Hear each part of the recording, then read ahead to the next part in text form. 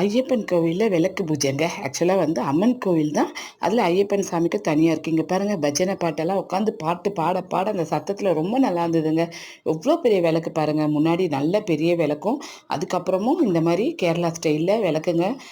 கண்டினியூவாக நீட்டாக ஏற்றி பூ அலங்காரத்தில் பார்க்கும்போது குடில் பாருங்கள், வாழை மட்டையில் குடில் ரொம்ப அழகாக இருக்குது. அதில் பெருமாள், நடுப்புற பெரிய குடியில் ஐயப்பன், அந்த சைடு முருகர்னு வச்சு வெளியில் வந்து பிள்ளையார் படமும் அம்மன் படமும் துர்க்கை அம்மனும் வச்சுருந்தாங்க. இங்கே பாருங்கள், சங்கு பூஜை. நான் இப்போ தான் ஃபஸ்ட்டு பார்க்குறேன் இந்த விளக்கு பூஜையில். ஐயர் வித்தியாசமாக இருந்தது. அந்த சங்கில் தண்ணி பால் ஊற்றி பூ தூவி அலங்காரம் பண்ணாங்க. குளிர் டைம், அதனால் குல்லா போட்டுட்டு போட்டோம். நைட்டு 8 மணி இந்த கிளைமேட்டுக்கு. இருந்தாலும் அந்த விளக்கு அனலில் அந்த குளிரே தெரியலங்க. அங்கே பார்க்கும்போது ரொம்ப அந்த ரம்யமாக இருந்தது.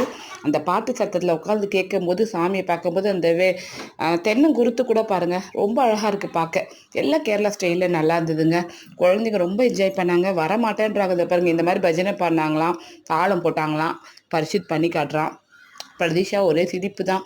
வீட்டுக்கு போகலாம், டின்னர் சாப்பிடணும், நைட்டு டைம் ஆச்சுனாலும் வரல. அம்மன் கோவில் வெளியில் பாருங்கள், ஐயப்பனும் உள்ளே இருக்கார்.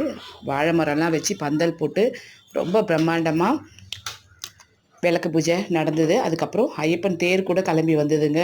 வீதி முழுக்க நிறைய பேர் விளக்கு எடுத்துகிட்டு வந்தாங்க. தெரு முழுக்க பார்க்க ரொம்ப நல்லா இருந்தது.